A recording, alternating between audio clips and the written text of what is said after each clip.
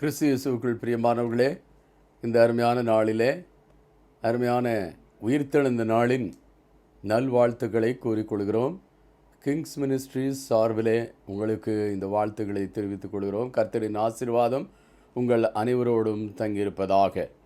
நாம் உயிர்த்தெழுந்த இயேசு கிறிஸ்துவின் அந்த மகிமையான நிகழ்ச்சியை நாம் நினைவு கூறும் இந்த நாளிலே உலகம் அனைத்திலும் உள்ள பரிசுத்தவான்கள் அவருடைய பிள்ளைகள் நினைவு கூறும் இந்த நாளிலே நாமும் கர்த்தரை துதித்து அவருடைய நாமத்தை மகிமைப்படுத்த நம்முடைய திருச்சபைகளின் ஆராதனைகளிலே கலந்து கொள்ளவும் ஆண்டவருடைய ஆசீர்வாதங்களை பெற்றுக்கொள்ளவும் கர்த்தர் இந்த நாளை நமக்கு தந்திருக்கிறார். நம்முடைய வாழ்விலே ஒரு புது ஜீவன், புது பலன், புது கிருபை பெற ஆண்டவர் கிருபை தந்திருக்கிறார். அதற்காக நாம் ஆண்டவருக்கு நன்றி சொல்ல கடமைப்பட்டவர்களாக இருக்கிறோம்.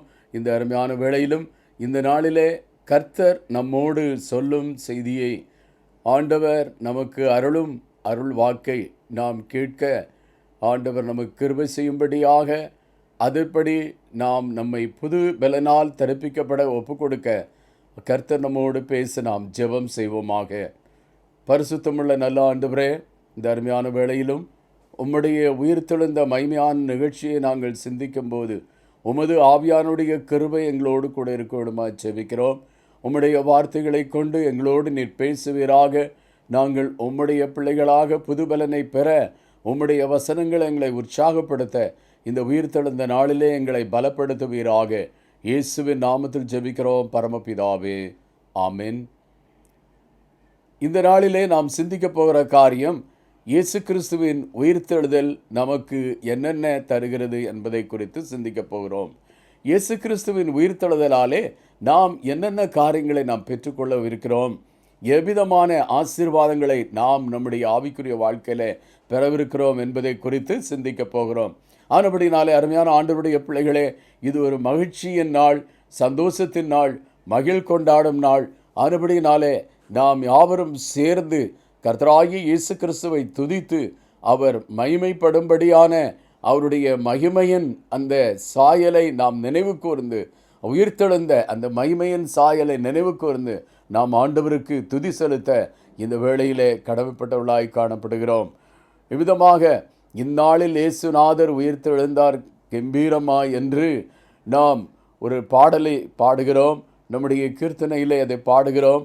அவ்விதமாக இந்த நாளின் இந்த மகிமையான நிகழ்ச்சியை மகிழ்ச்சியோடு கொண்டாட அந்த பாடல் நம்மை அழைக்கிறது.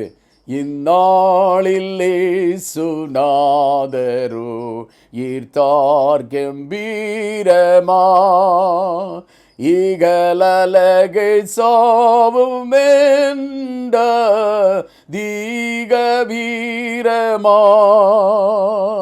மகிழ் கொண்டாடுவோம், மகிழ் கொண்டாடுவோம், மகிழ் கொண்டாடுவோம், மகிழ் கொண்டாடுவோம். நாம் மகிழ்ச்சியாக சந்தோஷமாக ஒரு கொண்டாட்ட நாளாக இதை ஆசரிக்க ஆண்டவர் நம்மை அழைக்கிறார்.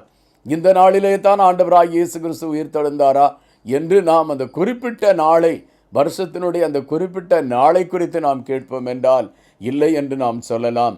ஆனால் இவ்விதமான ஒரு காலத்திலே, இவ்விதமான ஒரு நாளிலே, ஒரு கர்த்தருடைய நாளிலே, ஞாயிற்றுக்கிழமையிலே நீதியின் சூரியனாக மல்கியா தீர்க்கதரிசி சொன்னபடியாக நீதியின் சூரியன் உங்கள் மேல் உதிக்கும் என்று 4ஆம் அதிகாரத்தில் சொல்லியிருக்கிற அந்த வசனத்தின்படி அவர் நீதியின் சூரியனாக அவர் அதிகாலையில் உயிர்த்தெழுந்தார் என்று நாம் பார்க்கிறோம். அவர் மரணத்தை வென்று உயிர்த்தெழுந்தார், சாவை வென்று உயிர்த்தெழுந்தார். இந்த இயேசு கிறிஸ்து உயிர்த்தெழுந்ததினாலே நம்முடைய வாழ்க்கையிலே ஒரு புதிய ஆசீர்வாதத்தை அனுபவிக்க நாம் பெற்றுக்கொள்ளுகிறோம், புதிய வல்லமையை பெற்றுக்கொள்கிறோம் என்றெல்லாம் நாம் பார்க்கிறோம். ஆகவே அதில் இந்த இயேசு கிறிஸ்துவின் உயிர்த்தெழுதலாலே எனக்கு என்னென்ன காரியங்கள் கிடைத்தது என்பதை நாம் கிரமமாக சிந்திக்க போகிறோம். முதலாவதாக இது நமக்கு வெற்றியை தருகிறது. இந்த இயேசு கிறிஸ்து மரணத்தை வென்றார், சாவை வென்றார், சத்துருவை வென்றார், அந்தகார சக்தியின் வல்லமைகளை வென்றார் என்றெல்லாம் நாம் பார்க்கிறோம். ஆகவே இவைகளிலே எனக்கு வெற்றியை தந்தது என்று பார்க்கிறோம்.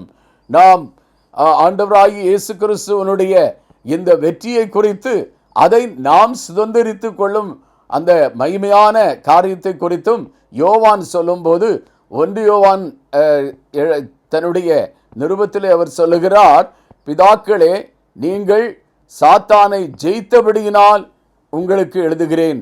வாலிபரே, நீங்கள் சாத்தான் பொல்லாங்கனை ஜெயித்ததினால் உங்களுக்கு எழுதுகிறேன் என்று எழுதுகிறார். 1 யோவான் 2ஆம் அதிகாரம் 13-14 வசனங்களிலே பொல்லாங்கன் என்று சொல்லும்போது சாத்தானை ஜெயித்தபடியினாலே நான் உங்களுக்கு எழுதி. ஆகவே நாம் ஜெயங்கொண்டவராய் மாற அவருடைய உயிர்த்தெழுந்த வல்லமையினால் நாம் தரிப்பிக்கப்படும் போது இந்த உலகத்திலே ஜெய கிறிஸ்து நமக்கு ஜெயம் தருகிறவராயிருக்கிறார் என்று நாம் பார்க்கிறோம். கலாத்தியர் 3ஆம் அதிகாரம் 3ஆம் வசனத்திலே மரத்திலே தூக்கப்பட்ட எவனும் சபிக்கப்பட்டவன் என்று எழுதியிருக்கிறபடி கிறிஸ்து நமக்காக சாபமானார். சாபமாகி அவர் சத்துருவின் அதிகாரம் முழுவதையும் நமக்கு அவர் ஜெய கிறிஸ்துவாக வெற்றி பெற்று தந்தார் என்று பார்க்கிறோம். அதனாலே நாமும் அந்த ஜெய கிறிஸ்துவை தரித்து கொள்ளும் போது அந்த வெற்றிக்கு பங்காளிகளாக மாறுகிறோம். ரோமர் 8ஆம் அதிகாரம் 2வது வசனம் சொல்லுகிறது, நாம் மரணத்தை ஜெயித்த கிறிஸ்து நம்மோடு கூட இருக்கிறார் என்று. ரோமர் 8ஆம் அதிகாரம் 11வது வசனம், சாவுக்கேதுவான சரீரங்களை அவர் உயிர்ப்பித்தார் என்று பார்க்கிறோம். பாவம் மரணம் என்பவர்களின் பிரமாணத்தினின்று நம்மை விடுதலை ஆக்குகிறது என்று பார்க்கிறோம்.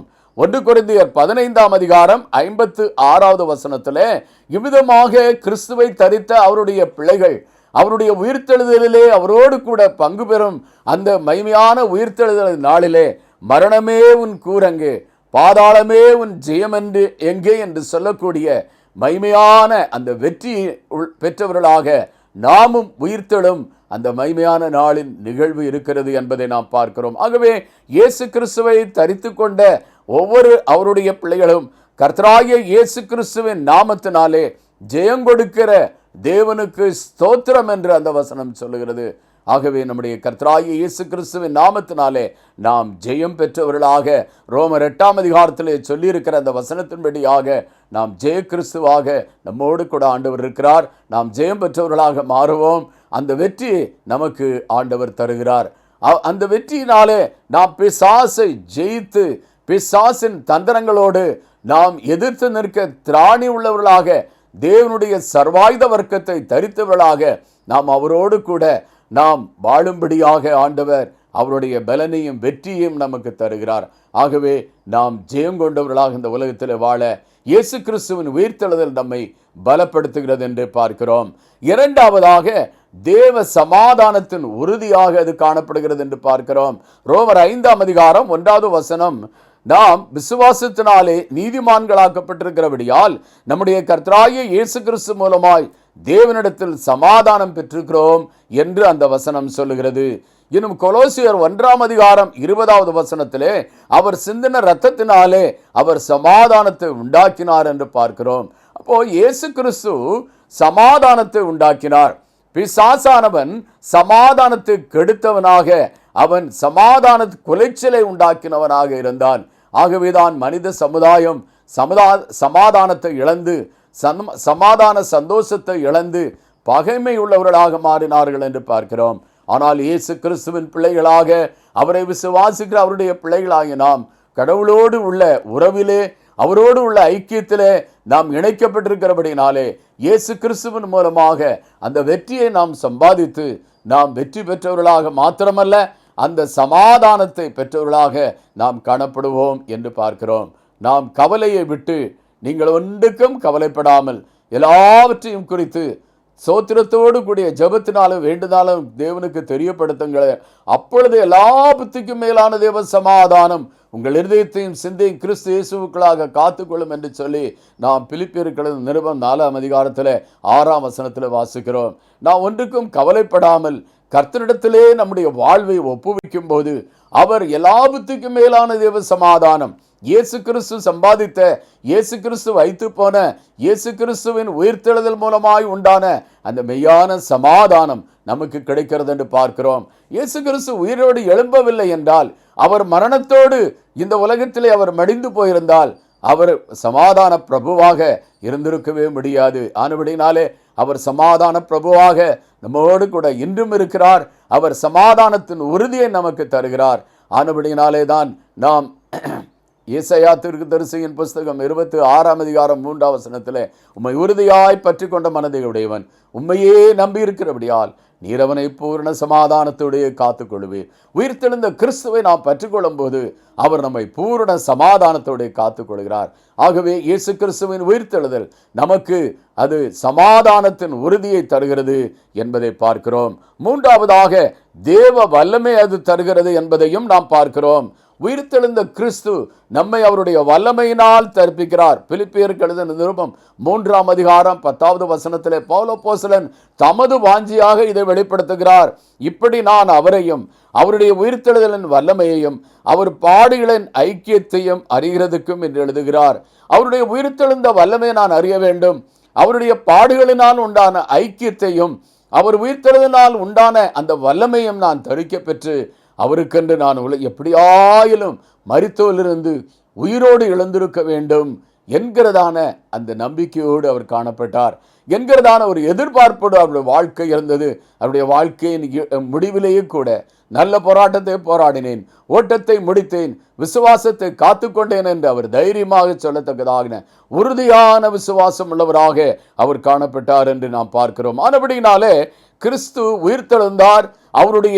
அவருடைய பிள்ளைகளாகிய அவரை பற்றிக்கொள்ளும், அவரை ஏற்றுக்கொள்ளும் அவருடைய பிள்ளைகளுக்கு, விசுவாசத்தோடு ஏற்றுக்கொண்டு அவருடைய ரட்சிப்பை பெற்ற அவருடைய பிள்ளைகளுக்கு அவருடைய உயிர்த்தெழுந்த வல்லமையினால் தரிப்பிக்கிறார், அவருடைய பலனால் தரிப்பிக்கிறார். நாம் அவருக்கு என்று பெரிய காரியங்களை செய்ய, வல்லமையான காரியங்களை செய்ய அவர் நம்மை பயன்படுத்துகிறார் என்று நாம் பார்க்கிறோம். அவருடைய பாடுகளின் ஐக்கியத்திலே நாம் நிலைத்திருக்கும் போது நமக்கு வரும் பாடுகள் ஒரு பொருட்டாக இருக்காது. அவருடைய வல்லமையினாலே, அவருடைய சர்வாயுத வர்க்கத்தை தரித்திருக்கிறதுனாலே நாம் ஜெயம் கொண்டவர்களாக எபேசியர் 6 சொல்லப்பட்டிருக்கிறபடியான அந்த எல்லா விதமான ஆயுதம் போன்றதான ஆவிக்குரிய நம்முடைய எதிர் சாத்தானை ஜெயிக்கக்கூடிய எல்லா வல்லமையையும் ஆண்டவர் நமக்கு தருகிறார் என்று நாம் பார்க்கிறோம்.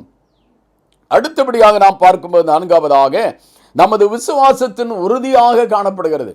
இயேசு கிறிஸ்து உயிரோடு எழும்பாவிட்டால் நம்முடைய விசுவாசம் செத்ததா இருக்கும். நமக்கு அந்த விசுவாசத்தினாலே எந்த பயனும் இல்லை. ஏனென்றால் எல்லா மனிதரை போல அவரும் ஒரு தண்டனையை பெற்று மரித்தார் என்றுதான் மக்கள் சொல்ல முடியும். அவர் நம்முடைய பாவத்திற்காக மரித்தார் என்று சொல்ல முடியாது.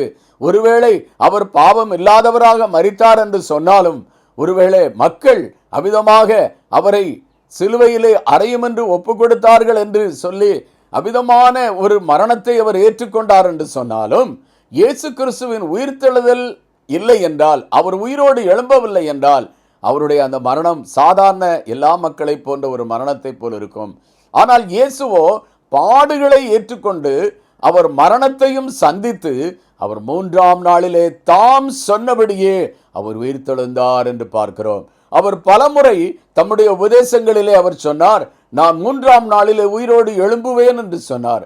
அவர் 3ஆம் நாளிலே சொன்னபடியே உயிர்த்தெழுந்தார். ஆனபடினாலே நம்முடைய விசுவாசம், நம்முடைய உறுதி இன்றைக்கு அந்த உயிர்த்தெழுந்த கிறிஸ்துவிலே காணப்படும். ஆகவேதான் நம்முடைய விசுவாச பிரமாணத்திலே கூட நாம் அதை சொல்லுகிறோம், அவர் உயிரோடு எழுந்தார், மரித்தோரிலிருந்து உயிரோடு எழுந்தார். அந்த உயிர்த்தெழுந்த கிறிஸ்து நமக்கும் உயிர்த்தெழுதல் நம்பிக்கை வைத்திருக்கிறார். 1 கொரிந்தியர் 15 நாம் 1 தெசலோனிக்கேயர் 4 13 முதல் 18 வரை உள்ள வசனங்களிலேயும் இந்த உயிர்த்தெழுதலின் நம்பிக்கை குறித்து ஆண்டவர் நமக்கு சொல்லி இருக்கிறார். ஆனபடினாலே ரோமர் 8:34 சொல்லுகிறது, கிறிஸ்துவோ மரித்தவர், அவரே எழுந்தும் இருக்கிறார், அவரே தேவனுடைய வலது பார்சத்திலும் இருக்கிறவர், நமக்காக வேண்டுதல் செய்கிறவரும் அவரே என்று பார்க்கிறோம். ஆகவே இயேசு கிறிஸ்து மரித்தார், அவர் உயிரோடு எழுந்திருந்தார், அவர் தேவனுடைய வலது பார்சத்தில் இன்றும் பரலோகத்தில் வீற்றிருக்கிறார். அது மாத்திரமல்ல, அவர் நமக்காக வேண்டுதல் செய்கிறார் என்று ரோமர் 1:5 மாம்சத்தின்படி தாவீதின் சந்ததியில் பிறந்தவரும் பரிசுத்தமுள்ள ஆவியின்படி தேவனுடைய சுதனன்று மரித்தோரிலிருந்து உயிர்த்தெழுந்ததினாலே பலமாய் ரூபிக்கப்பட்ட தேவகுமாரனுமாக அவர் இருக்கிறார் என்று அந்த வசனம் சொல்லுகிறது. அவர் மரித்தோரிலிருந்து உயிர்த்தெழுந்தார், தேவகுமாரனாய் இருக்கிறார், அவர் பரலோகத்திலே மகிமையாக வீற்றிருக்கிறார். அதுபடினாலே அந்த நம்பிக்கையோடு நாம் அவருடைய பிள்ளைகளாக வாழும்போது நமக்காக மகிமையான பரலோக ராஜ்யத்தை அவர் ஏற்படுத்தி இருக்கிறார். அவர் அவர் இருக்கிற இடத்திலே நாமும் இருக்கும்படியாக அவர் நம்மை சேர்த்து கொள்ள வரப்போகிறார் என்று சொல்லி யோவான் 14ஆம் அதிகாரம் 3ஆம் வசனம் முதல் உள்ள பகுதிகளிலே நாம் காண்கிறோம். ஆனபடினாலே நான் ஒரு இடத்தை உங்களுக்கு ஆயத்தம் பண்ண போகிறேன். நான் ஆயத்தம் பண்ணின பின்பு உங்களை நான் இருக்கிற இடத்திலே நீங்கள் இருக்கும்படியாக சேர்த்து கொள்ள வருவேன் என்று சொன்னார். இந்த இயேசு சீக்கிரம் வரப்போகிறார். அவர் உயிர்த்தெழுந்த கிறிஸ்து, அவர் உயிருள்ளவர். அவர் சொன்ன வாக்குகள் இன்றும் உண்மையுள்ளதாய் உயிருள்ளதாய் அது சத்தியமுள்ளதாய் இருக்கிறது. அது நிறைவேறப் போகிறது. ஆனபடினாலே நாம் அந்த நித்திய வாசஸ்தலத்துக்கு நம்மை ஆயத்தமுள்ளவர்களாக காத்துக்கொள்வோம். லூக்கா 9ஆம் அதிகாரம் 22ஆம் வசனத்திலேயும், மார்க்கு 14ஆம் அதிகாரம் 28ஆவது வசனத்திலேயும், மார்க்கு 9ஆம் அதிகாரம் 36ஆவது வசனத்திலேயும், 8ஆம் அதிகாரம் 31ஆவது வசனத்திலேயும் அவர் உயிரோடு எழும்புவதாக சொல்லி அவர் உயிர்த்தெழுந்தார் என்று அந்த தூதர்கள் சாட்சி சொன்னார்கள். இன்னும் போர்ச்சேவர்களும் சாட்சி சொன்னார்கள். மத்தேயு 28ஆம் அதிகாரத்தில் நாம் வாசிக்கிறோம், போர்ச்சேவர்கள் ஊருக்குள்ளே போய் நடந்த எல்லாவற்றையும் சொன்னார்கள் என்று பார்க்கிறோம். அவர் எவ்விதமாக உயிர்த்தெழுந்தார். கல்லறையை தேவதூதன் புரட்டினான், நாங்கள் செத்தவர்களைப் போல விழுந்தோம், அவர் உயிரோடு எழுந்தார் என்று சொன்னார். ஆனால் அவர்களுக்கோ வேண்டிய மட்டும் பணம் கொடுத்து அவர் உயிரோடு எழும்பவில்லை என்று சொல்லுங்கள் என்று சொல்ல சொன்னார்கள். ஆனாலும் உண்மை வெளிவந்து எல்லா இடங்களிலும் பரவிற்று என்று பார்க்கிறோம். ஆகவே அப்போஸ்தலர்களும் சாட்சி பகிர்ந்திருக்கிறார்கள் என்று பார்க்கிறோம்.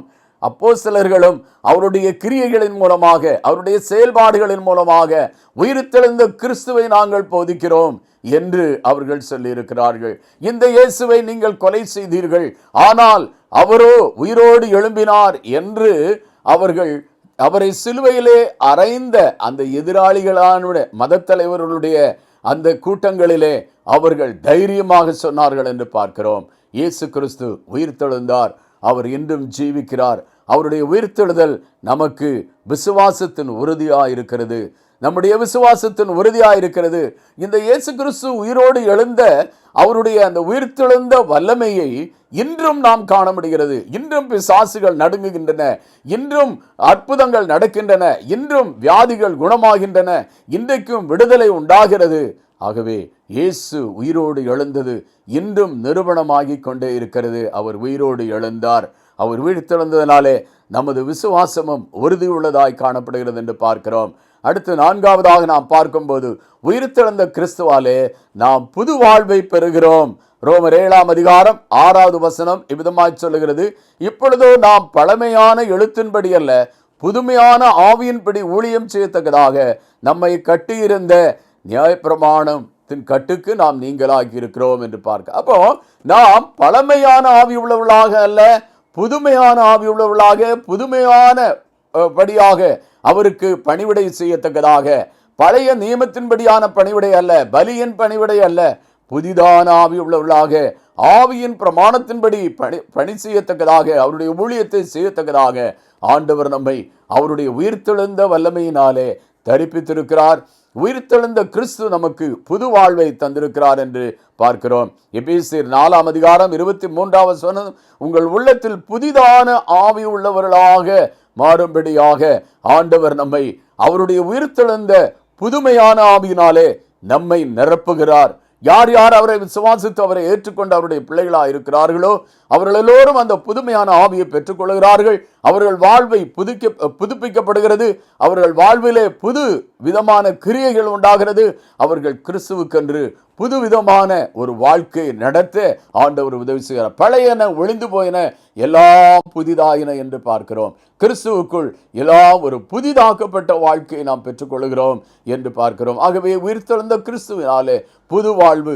ஆகவேதான் நாம் பாடல்களிலே கூட பார்க்கிறோம், தீயவர் திருடரும் கொடியவர் கொலைஞரும் இயேசுவில் மாற்றம் பெற்றார், மாறிய மனதுடன் மங்கள வாழ்வுக்கு அழைக்கிறார், ஓடியே வா என்று பக்தர் பாடுகிறார். ஆகவே நாம் இன்றைக்கு இவ்விதமான கொடிய குற்றங்களை செய்தவர்கள், கொடிய பாவங்களிலே வாழ்ந்தவர்களுடைய வாழ்க்கை மாறி அவர்கள் அமிதமான தீமையினின்று விடுவிக்கப்பட்டு இன்றைக்கு விடுதலையோடு அவர்கள் வாழ்வை நடத்த ஆண்டவர் உதவி செய்திருக்கிறார்.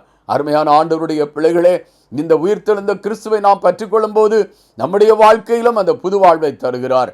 அது மாத்திரமல்ல, இந்த புது வாழ்வை பெற்ற நாம் அவருக்கென்று புது வாழ்வின் அந்த கிரியைகளை செய்கிறவர்களாய் நாம் வாழ வேண்டும். ஒருவேளை நாம் புது வாழ்வை பெற்றேன், நான் இயேசு கிறிஸ்துவை தரித்து கொண்டேன், இயேசுவை பெற்றேன், இயேசு கிறிஸ்துவின் உயிர்த்தெழுந்த வல்லமையை தரிப்பித்திருக்கிறேன் என்றாலும் நாம் அந்த புது வாழ்வின் கிரியைகளை நாம் செய்ய வேண்டும். பழைய வாழ்க்கையின் கிரியைகள் அல்ல, புதுப்பிக்கப்பட்ட புதுமையான வாழ்க்கை நம்முடைய கிரியையிலே காணப்பட வேண்டும் என்று ஆண்டவர் விரும்புகிறார். அடுத்தபடியாக நாம் பார்க்கும்போது நமக்கு புது ஜீவனை ஆண்டவர் தருகிறார். ஆறாவதாக நாம் பார்க்கும்போது கர்த்தராகிய இயேசு கிறிஸ்து நமக்கு புது ஜீவனை தருகிறார். அந்த புதிய ஜீவன் நித்திய ஜீவன் என்று பார்க்கிறோம். பழைய ஜீவன் என்ன? நம்முடைய வாழ்க்கையிலே நமக்கு கொடுக்கப்பட்டிருக்கிற ஒரு உயிர். அந்த உயிரானது எப்போதும் பிரிந்து போகும். அது சாவின் மூலமாக பிரியப்படலாம். இல்லை என்றால் இயேசுவின் வருகையிலே நாம் ஒவ்வொருவரும் இந்த உலகத்திலே இருந்து எடுத்துக்கொள்ளப்படும் போது நமக்கு அந்த ஜீவன் பிரிந்து போகலாம். ஆனால் நித்தியமான ஒரு ஜீவன் நம்முடைய ஆத்மாவிலே ஆண்டவர் தந்திருக்கிறார். அந்த ஜீவன் அழியாதது என்று பார்க்கிறார். அதுதான் புது ஜீவன். இந்த புதிய ஜீவனை பெற்றவர்கள் கிறிஸ்துவோடு கூட நித்திய ஜீவ காலமாக வாழும்படியாக அழைக்கப்பட்டவர்கள் என்று பார்க்கிறோம். அதுதான் அந்த நித்திய ஜீவ வாழ்க்கை, பரலோக வாழ்க்கை என்று பார்க்கிறோம். ஆகவே புது ஜீவனை ஆண்டவர் தருகிறார். ரோமர் 6:4 சொல்லுகிறது, பிதாவின் மகிமையினாலே கிறிஸ்து மரித்தெழுந்து எழுப்பப்பட்டது போல நாமும் புதிதான ஜீவனுள்ளவர்களாய் நடந்து கொள்ளும்படிக்கு என்று வாசிக்கிறோம். அவர் நம்மை புதிதான ஜீவனுள்ளவர்களாய் நடந்து கொள்ளும்படிக்கு அவருடைய உயிர்த்தெழுந்த வல்லமையினாலே நம்மை தெரிப்பித்தார் என்று பார்க்கிறோம். இது நமக்கு இந்த வல்லமையை, இந்த புது ஜீவனை ஆண்டவர் தருகிறது. அவருடைய ஞானஸ்நானத்தினாலும் அவருடைய ரட்சிப்பினாலும் நமக்கு தருகிறார். நம்முடைய ஆத்துமா ரட்சிக்கப்படுகிறது. நாம் ஆண்டவரோடு கூட ஞானஸ்நானம் பெற்று அவருடைய பிள்ளைகளாக நாம் அவருடைய மந்தையிலே சேரும்போது, அவருடைய ஐக்கியத்திலே சேரும்போது நாம் அந்த புது ஜீவனை தரிப்பித்துக் கொள்கிறோம் என்று பாருங்கள். ரோமர் 6:23 சொல்லுகிறது, பாவத்தின் சம்பளம் மரணம், தேவனுடைய கிருபை வரமோ நம்முடைய கர்த்தராகிய இயேசு கிறிஸ்துவினாலே உண்டான நித்திய ஜீவன் என்று பார்க்கிறோம். கர்த்தராகிய இயேசு கிறிஸ்துவினாலே உண்டான நித்திய ஜீவன். அந்த ஜீவனை தரித்தவர்களாக நாம் புது ஜீவன், புதிய வாழ்க்கைக்கு நம்மை ஆண்டவர் அழைத்திருக்கிறார். நம்மை அந்த புது ஜீவனால் தரிப்பித்திருக்கிறார். அந்த புது ஜீவனை பெற்றவர்கள் கிறிஸ்துவோடு கூட நித்திய காலமாக வாழுவார்கள் என்று பார்க்கிறோம். அவர்கள் அந்த வெளிப்படுத்தின விசேஷம் 22 சொல்லியிருக்கிறபடியான அந்த மகிமையான புதிய வாழ்க்கையிலே அவர்கள் வாழ்ந்து புது ஜீவன் உள்ளவர்களாக ஆண்டவரோடு கூட நித்திய ஜீவ வாழ்க்கையிலே வாழ்ந்திருப்பார்கள் என்று நாம் பார்க்கிறோம். ஆனபடியினாலே கிறிஸ்து நமக்கு ஜீவ வாசலை திறந்தார். நாம் நித்திய ஜீவனை பெற்றுக்கொள்ளும்படியாக, கிறிஸ்துவோடு நான் நித்திய காலமாய் வாழும்படியாக அவர் எனக்கு தந்திருக்கிற இந்த நித்திய ஜீவனை நான் இழந்து போகாதபடிக்கு, மறுதலித்து பின்வாங்கி போகாதபடிக்கு நம்முடைய கிரியைகள் அந்த நித்திய ஜீவ வாழ்க்கையிலே பிரவேசிக்க தகுதி உள்ளதாக காணப்பட வேண்டும். கிறிஸ்து உயிர்த்தெழுந்த வல்லமையினாலே அந்த நித்திய ஜீவனாலே நம்மை தரிப்பித்திருக்கிறார். அதற்கு தகுதி உள்ளவர்களாக பரலோகத்திலே வாழ நாம் ஆயத்தமுள்ள ஜீவ புஸ்தகத்திலே பெயரெழுதப்பட்டவர்களாக காணப்படவும், அங்கே அந்த பரலோக ராஜ்யத்தில் வாழ தகுதி உள்ளவர்களாக நாம் இருக்க வேண்டும். தீட்டுள்ளதும் அருவருப்பான காரியங்களை நடப்பிக்கிறதும் பொய்யை பேசுகிறதுமான ஒன்றும் அதில் பிரவேசிப்பதில்லை என்று நாம் வெளிப்படுத்தின விசேஷத்தில் வாசிக்கிறோம். ஆனபடியினாலே நம்முடைய வாழ்க்கை தீட்டுக்கு விலகி, பொய்யான காரியங்களுக்கு விலகி, ஜீவ புஸ்தகத்திலேயே பேரெழுதப்பட்டதாக அருவருப்பான கிரியைகளுக்கு நாம் விலகி இந்த உலகத்திலிருந்து பரிசுத்தமாய் நம்முடைய ஜீவியங்களை காத்துக்கொள்ள வேண்டும். அதுதான் நித்திய ஜீவ வாழ்க்கைக்கு நம்மை தகுதி உள்ளவர்களாக மாற்றும். இயேசு சீக்கிரம் வரப்போகிறார். அவருடைய வருகையில் எடுத்துக்கொள்ளப்பட நாம் தகுதி உள்ளவர்களாக காணப்படுவோம். கடைசியாக நாம் பார்க்கிறோம், 7வதாக உயிர்த்தெழுந்த கிறிஸ்து நமக்கு உன்னத வாழ்வை வைத்திருக்கிறார். மகிமையான வாழ்க்கையை நமக்கு தருகிறார். அவர் உயிரோடு எழுந்திருக்காவிட்டால் நமக்கும் உயிர்த்தெழுதலின் அந்த நம்பிக்கை இல்லை, மறுபடியும் உயிரோடு எழும்பும்படியான நம்பிக்கை இல்லை, புது வாழ்வின் அந்த நம்பிக்கை இல்லை, புது ஜீவனும் கொடுக்கப்படாது. ஆனால் இயேசு கிறிஸ்து உயிரோடு எழுந்ததினாலே அவர் நமக்கு உன்னத வாழ்வை, மகிமையான நித்திய வாழ்வை அவர் நமக்கு தருகிறார் என்று பார்க்கிறோம். ரோமர் 8:11 விதமாய் சொல்லுகிறது, இயேசுவை மரித்தோர்ந்து எழுப்பினவர் உங்கள் இருதயங்களில் வாசமாயிருப்பதால், கிறிஸ்துவை மரித்தோர்ந்து எழுப்பினவர் உங்களில் வாசமாயிருக்கிற தம்முடைய ஆவியினாலே சாவுக்கு ஏதுவான உங்கள் சரீரங்களையும் அவர் உயிர்ப்பிப்பார் என்று பார்க்கிறோம்.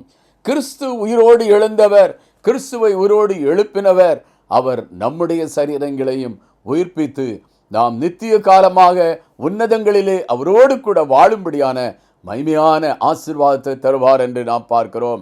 அடுத்தபடியாக நாம் வாசிக்கும் 1 கொரிந்தியர் 15 வசனத்திலே அவனவன் தன் வரிசையிலே உயிர்ப்பிக்கப்படுவான், முதற்பலனானவர் கிறிஸ்து என்று பார்க்கிறோம். ஆகவே கிறிஸ்து முதற்பலனானவராக உயிர்ப்பிக்கப்பட்டார். நாம் இன்றைக்கு மறுபடியுமாக அந்த கிறிஸ்துவை தரித்து கொள்ளும் அவருடைய பிள்ளைகளாகிய நாம் இந்த உலகத்தினின்று மரணத்தினின்று உயிர்ப்பிக்கப்பட்டவர்களாய் காணப்படுவோம். அதோடு கூட நாம் உயிரோடு இருந்தாலும் மறுரூபமாக்கப்பட்டு எடுத்துக்கொள்ளப்படுவோம் என்று பார்க்கிறோம். இயேசு உயிரோடு எழும்பவில்லை என்று சொன்னால் அவர் மரித்து அவிதமாக அடக்கம் பண்ணப்பட்டு இந்த உலகத்தில் உள்ள எல்லா மகான்களைப் போல அவர் போயிருந்தால் நமக்கு நித்திய வாழ்க்கையின் நம்பிக்கை கிடையாது. பாவ மன்னிப்பின் நிச்சயம் நமக்கு இருக்காது. நமக்கு அந்த மகிமையான வெற்றி சிறந்த வாழ்க்கை கிடையாது. நாம் நித்திய காலமாக வாழும்படியான அந்த பரலோக வாழ்க்கையிலே பிரவேசிக்கும்படியான பாக்கியம் நமக்கு கிடைக்காது. இவையெல்லாம் இயேசு கிறிஸ்துவின் உயிர்த்தெழுதலாலே உண்டானது. அதற்கு முன்னோடியாக அதற்கேற்ற எல்லா விதமான ஆயத்தங்களையும் அவருடைய சிலுவை மரணத்தின் மூலமாக அவர் செய்தார். இரத்தத்தினாலே சுத்திகரிக்கிறார், பரிசுத்தப்படுத்தினார், அவர் பலியாக தீர்ந்தார், பிசாசின் தலையை நசுக்கினார், நமக்கு வெற்றியை தந்தார். இன்றைக்கு நாம் உயிர்த்தெழுந்த கிறிஸ்துவை, உயிரோடு எழுந்த கிறிஸ்துவை நாம் ஆராதிக்கத்தக்கதாக, அவரை தொழுது கொள்ளத்தக்கதாக, அவரை ஸ்தோத்திரிக்கத்தக்கதாக, அவருடைய வல்லமையை தரித்து இந்த உலகத்திலே வல்லமையுள்ள அவருடைய பணியை செய்ய வல்லமையுள்ள ஊழியக்காரர்களாக, வல்லமையுள்ள அவருடைய பிள்ளைகளாக, பிசாசின் ஆதிக்கங்களை ஜெயிக்கத்தக்கதான ஜெயங்கொண்டவர்களாய் காணப்பட ஆண்டவராகிய இயேசு கிறிஸ்து அவருடைய வல்லமையினால் நம்மை தரிப்பித்தார் என்று பார்க்கிறோம். ஆகவே உயிர்த்தெழுந்த கிறிஸ்து நமக்கு வாழ்க்கையிலே வெற்றியை தருகிறார், தேவ சமாதானத்தின் உறுதியை தருகிறார். அது மாத்திரமல்ல, தேவ வல்லமையினால் நம்மை தரிப்பிக்கிறார். நமது விசுவாசத்தின் உறுதியாக அவர் காணப்படுகிறார்.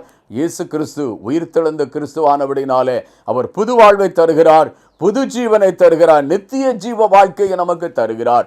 அது மாத்திரமல்ல, உயிர்த்தெழுந்த கிறிஸ்துவோடு உன்னதங்களிலே நாம் வாசம் செய்யும்படியான மகிமையான வாழ்க்கையை நமக்கு தருகிறார். ஆகவே இயேசு கிறிஸ்து உயிரோடு எழுந்தது எனக்கு இன்றைக்கு மகிமையான மேன்மையான ஒரு நல்ல நிலையை தந்தது. மனிதனுடைய என்னுடைய தாழ்ந்த நிலையை அவர் மாற்றி அவருடைய உயிர்த்தெழுதலாலே நான் உன்னதமான ஒரு மகிமையான நிலையை பெறுகிறேன். ஆகவே ஆண்டவருடைய பிள்ளைகளே, நாம் இன்றைக்கு நம்முடைய விசுவாசத்தின் உறுதியை காத்துக்கொள்ள, சமாதானத்தின் உறுதியுள்ளவர்களாக, உயிர்த்தெழுந்த கிறிஸ்துவின் வல்லமையை தரித்தவர்களாக நாம் இன்றைக்கு நம்முடைய வெற்றியை, நம்முடைய வாழ்க்கையின் வெற்றியை நாம் உறுதியோடு பெற்றுக்கொள்ள, அவருடைய வல்லமை தரித்து வாழ ஆண்டவர் நமக்கு கிருபை தருவாராக. உயிர்த்தெழுந்த கிறிஸ்துவிலே புது வாழ்வு உண்டு, உயிர்த்தெழுந்த கிறிஸ்துவிலே நித்திய ஜீவன் உண்டு. ஆண்டவராகிய இயேசு கிறிஸ்து உயிர்த்தெழுந்ததினாலே அந்த மகிமையான உன்னத வாழ்வை எனக்கு தந்து நித்திய காலமாக வாழ அவர் நம்மை அழைத்து செல்ல வரப்போகிறார். ஆனபடினால இந்த உயிர்த்தெழுந்த கிறிஸ்துவின் வல்லமையினால் தரிப்பிக்கிட அவருக்கு நம்மை ஒப்புக் கொடுப்போம், அவருக்கு நம்மை அர்ப்பணிப்போம், நம்முடைய வாழ்க்கையை ஒப்புக் கொடுத்து அவரை நாம் ஏற்றுக்கொள்வோம். கிறிஸ்துவின் ஆசீர்வாதம், உயிர்த்தெழுந்த கிறிஸ்துவின் வல்லமையும் அவருடைய புது பலனும் உங்கள் அனைவரோடும் கூட இருந்து வரும் நாட்களிலே அவருக்கென்று பெரிய காரியங்களை செய்ய அந்த வல்லமையை நாம் பயன்படுத்தி அநேகரை ஆண்டவருடைய நீதிக்குள்ளாய் வழிநடத்த, பிசாசின் ஆதிக்கங்களை ஜெயிக்க, அவருக்கென்று வல்லமையான ஊழியம் செய்ய கர்த்தர் நம்மை பலப்படுத்தி ஆசீர்வதித்து காத்துக்கொள்வாராக. தேவ சமாதானமும் தேவ வல்லமையும் தேவ கிருபையும் உங்களோடு கூட எந்நாளும் நிலைத்திருப்பதாக. ஆமேன். ஜெபம் செய்வோம். ஆண்டவராகிய இயேசு கிறிஸ்துவே, நீர் எங்களுக்காக இந்த உலகத்திலே மானிடனாக வந்து பாடுகளை ஏற்றுக்கொண்டு துக்கங்களை சுமந்து ஆண்டவரே பாடுகளின் வழியாக எங்களை மீட்டுக்கொள்ள சிலுவையிலே தம்மை ஒப்பு கொடுத்து ஆண்டவரே மரித்து அடக்கப்படப்பட்டீரே ஆண்டவரே. ஆனாலும் கல்லறை உம்மை அடைத்து வைக்க முடியவில்லை. நீர் 3ஆம் நாளிலே உயிரோடு எழுந்தவராக, உம்மை உயிருள்ளவராக கண்டார்களே, அநேகருக்கு காட்சி கொடுத்தீரே ஆண்டவரே. இந்த வல்லமையான கிறிஸ்துவை கண்டமுடைய பிள்ளைகள் உமக்கென்று சாட்சிகளாய் வல்லமையுள்ளவர்களாக வாழ்ந்தார்களே ஆண்டவரே, வெற்றியுள்ள வாழ்க்கை வாழ்ந்தார்களே. இன்றைக்கு விசுவாசத்தின் உறுதியுள்ளவர்களாக காணப்படுகிறார்கள் ஆண்டவரே. இன்றைக்கும் எங்களுக்கு நாங்கள் அந்த புதுப்பிக்கப்பட்ட வாழ்வை பெற்றவர்களாக, புது வாழ்வை பெற்றவர்களாக ஆண்டவரே நான் காணப்படத்தக்கதான கிருபை தருகிறீர். உமக்கு நன்றி சொல்கிறோம். தொடர்ந்து உம்முடைய பிள்ளைகள் ஒவ்வொருவரோடும் அது ஆசீர்வாதத்தின் கரம் கூட இருப்பதாக. இந்த உலகத்திலே வெற்றி வாழ்க்கை வாழவும், உயிர்த்தெழுந்த கிறிஸ்துவுக்கு சாட்சிகளாய் ஜீவிக்கவும், ஏதோ கடமைக்கான ஆராதனை செய்து இல்லை என்றால் கடமைக்கான ஆண்டவரே நம்பிக்கை உள்ளவர்களாக அல்ல ஆண்டவரே, உண்மையாகவே எங்கள் ஜீவியங்களை ஆராய்ந்து பார்த்து உம்மிடத்திலே ஒப்பு கொடுத்து உமக்கென்று புது வாழ்வு வாழுகிறவர்களாக உன்னதங்களிலே வாழ எங்களை தகுதி உள்ளவர்களாக மாற்றிக்கொள்ள உம்முடைய வருகையிலே எடுத்துக்கொள்ளப்பட ஆயத்தமுள்ளவர்களாய் காணப்படத்தக்கதாக பரிசுத்த ஆவியானவர் தாமே ஒவ்வொருவரையும் ஆட்கொண்டு வழிநடத்தி ஆண்டவரே இயேசு கிறிஸ்துவே உம்முடைய வல்லமையினால் நீ தரிப்பித்து ஒவ்வொருவரையும் ஆட்கொள்ளும்படியாய் ஜெபிக்கிறோம். இந்த உலகத்திலே நாங்கள் ஜெயம் கொண்டவர்களாய் வாழ வேண்டும் ஆண்டவரே, பிசாசின் ஆதிக்கங்களை ஜெயித்தவர்களாய் வாழ வேண்டும்.